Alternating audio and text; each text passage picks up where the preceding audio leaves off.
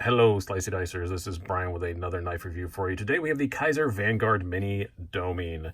Yes, this is part of Kizer's mid-range line, I guess. They also make Tangrams that are even less expensive, but the Vanguard series is usually a less expensive version of one of their more expensive knives. This is not the case with the Domin or the Mini Domin, as this one is. They've only been available in the Vanguard series.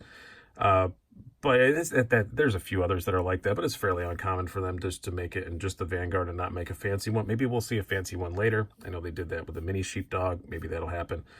But yeah, they have made some changes to the Vanguard line lately over the last, I don't know, 6 months, a year, something like that. They have gone away from VG10 steel. It used to always be Vanguards where you just knew G10 and VG10, and you're like, that's what you knew they were going to be.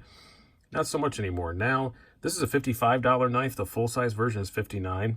If you go and look now, and you can find one of the full-size ones, I think they're in the process of transitioning over to the N690. You're probably still going to see it in VG10, but that's not the way it's going to be. They are going to the N690 steel in the, sub $60 Vanguards. In the higher end, $69 Vanguards, you're going to see 154 CM. But pretty much, the VG10's pretty much gone. The N690, I think it's an all right steel choice. We'll talk about more of that as we get to that part of the review. I don't want to get too much ahead. But, the Domin has always been just a very simple design. Unfortunately, I don't have a full-size one to do a little comparison here with, but I do have an analog I will bring out here in a bit. This is just smaller, sub 3-inch blade. Yeah, it's just a smaller version, as the name, would kind of indicate. I've always liked the look of it. I've always thought, yes, it's a bit simple. It's very simple. It's a very plain, simple looking knife, but I think that's, completely fine. I don't really have much of a problem with that. Very simple blade shape, but sometimes simple is good. It's a knife that, as I said with the Domin, I'm going to link to my review of that at the end here. It's just a knife that just works. It just works really well. They do make the beg lighter also, which is very similar. I think this is just a bit, more robust than the beg lighter is. Other than that, not really that many differences. And even that is not that much of a difference. So it just depends on which one you like the looks of better. But I like the looks of this one. I've always liked the looks of the Domin, at least in the Vanguard versions. Compared to the Vanguard beg lighter, I've always liked the looks of the Domin a little bit better. But yeah, it's just a very well-built knife, $55. It's very simple. We'll talk more about that in the conclusions, because it is a very competitive marketplace right now. Let's do some specs and size comparisons before we get too much farther. This is not a very big knife, 6.9 inches in overall length. You have a blade length of 2.9 inches. Blade thickness is just 0.10 inches. Handle thickness of 0.43 inches, sorry, and a weight of 2.93 ounces, which they get the golf clap because, yes, that is what they claim, and that is what it weighed on my scale. So good job, guys. Let's do some size comparisons. We'll bring out a couple of standards here. First of all, we will bring out our Spyderco Paramilitary 2. I'll line them by the pivots this time. Sometimes I do by the tips, sometimes I do by the pivots, and some people prefer one, some people prefer the other, so I prefer to anger everyone equally. And then a more appropriate one, probably your Spyderco Para 3. You can see in lengthwise, it's just a little bit shorter, but obviously it's a much slimmer knife. And then we will bring out, let's bring out some more kind of 3-inchy knives in this sort of price category. Your Ontario Rat Model 2 in D2, the R2D2, very similar in overall size to the R2D2. And your Civivi Anthropos, it's a little bit smaller than that.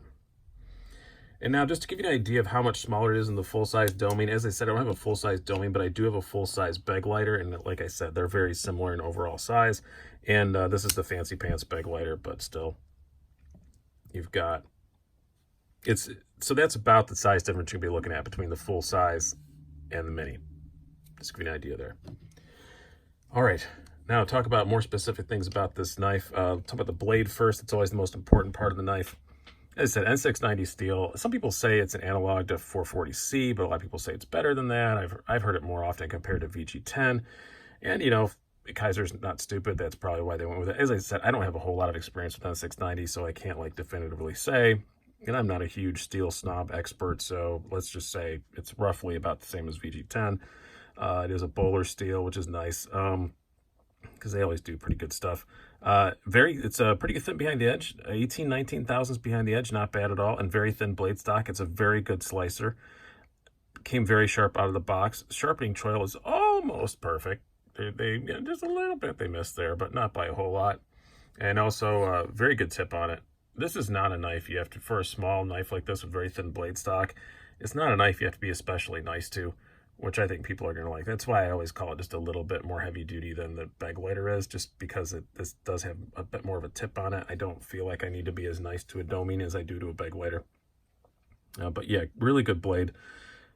Very well done there. Ergonomics, also really good. It doesn't look like it would be. It just looks like a block, but sometimes simple is good. And it works very well with my hand. I have pretty skinny fingers, but still large size gloves. I can still get all 4 fingers on here, no problem at all. There is 0 jimping up here. That didn't bother me as much on the full size, and it does hold in your hand very well because this G10. But I do kind of wish, because, you know, small little knife, you're often using it like this, doing kind of detail-y stuff. It would be nice if there was some jimping, you know, kind of middle of the blade jimping stuff. I like it when companies do that on smaller knives. I wouldn't mind that, but can't feel the pocket clip a bit. Ergonomically, it's very comfortable. It's very, very comfortable in the hand. Just if I had one little nitpick, I do wish there was just a little bit of jimping on the top of the blade. But that's really about it as far as how it carries. Now, I will say, caveat, ye old Wranglers are getting a bit worn out, but even still, I do wish there was just a bit more ramp, because you can see it's not difficult to get it out of the pocket, but on old worn out jeans like this, you have to cut up another pair.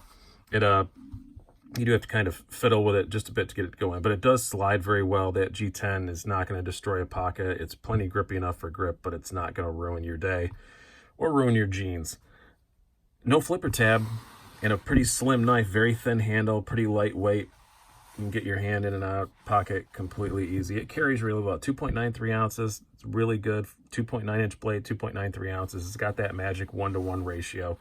It is milled out a little bit. They could have maybe done a bit more and made it a bit lighter. I wouldn't have hated them for it if they did that. But sorry, dog barking in the background. This is like my 3rd take on this video. I'm not redoing it. As far as the deployment goes, they got the detent really dialed in for these thumb studs.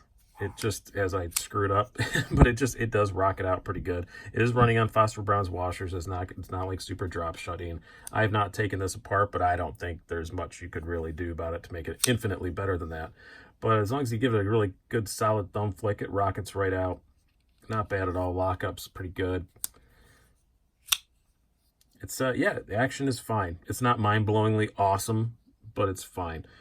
There are some phosphor, like for example, I just had it out, you know, in another budget, you know, knife this size. Yeah, the Rat Model 2 is a little bit better. But this ain't too bad. I can't really complain about the action, but I'm not going to like give it a gold star for it or anything like that either. So, what is my overall conclusion on this? It's a really solid knife for $55. It definitely is. If it has only one issue, it's that there are a lot of really solid knives out there for $55, and Kizer does a great job. It is a company I would recommend without any hesitation. But it's facing some pretty stiff competition. You know, you've got the R2D2 I just brought out. That's like, what, maybe, you know, $15 cheaper. You've got, you know, your Civivis. I just had one of those out here. Those aren't that much more. Some even less. Like if you look at like the Backlash and stuff, I don't have it out. I should have brought it out for this, but you know, the Civivi Backlash is even cheaper with an arguably just as good steel. So it's, you know, it's just facing some really stiff competition right now. But in this 3-inch size, that helps it. The mini Domin, I think, is more compelling than the full-size Domin, just because if you need something sub 3-inch, there aren't as many choices in this budget range as there are in the higher end, but you still have the Rat. You know, you still have some, but not as many. But more and more every day as this budget stuff is just exploding. It used to always be, I always thought the most competitive segment was like $100 to $150. Now it's getting, the most competitive is, you know, this like 45 to 75 range is, wow, there are a whole lot of options. That's the only real problem I think it's going to face. Other than that, you know, I love the look of it. People might think it looks a bit too plain. It does come in a million other colors, not a million, 4, whatever. It comes in this black, a jade green, a blue, or a purple. I think the purple one is going to be pretty popular, honestly. I can see a lot of, this would be a great knife for, you know, the ladies that don't want something very big, and purple's a cool color. I love purple, and obviously, judging by the logo, it comes in a really cool bright purple. I think they're going to sell a lot of them that way. Yeah, and $55, you know, it's not bad. I can't blame the price, but like I said, man, it's just, if you put in your little search parameters on a knife website and you look for that price range, there are a whole lot of choices right now. And hopefully this doesn't get lost in the shuffle, because it is a really cool knife. I would love to see them do a, you know, fancy version of it. I'd love to see them do a titanium Domin. They haven't done one yet. I would love to see that. And I'd also like to see a mini bed glider. That would be cool too. So I think there is a mini bed glider coming, if I remember correctly. I don't remember seeing one yet, but go check it out. Go to whitemountainKnives.com if you want to. Use SDWMK at checkout. You get 10% off, so it's even cheaper than that. But I hope you guys have enjoyed this. I've been Brian. Have a good one.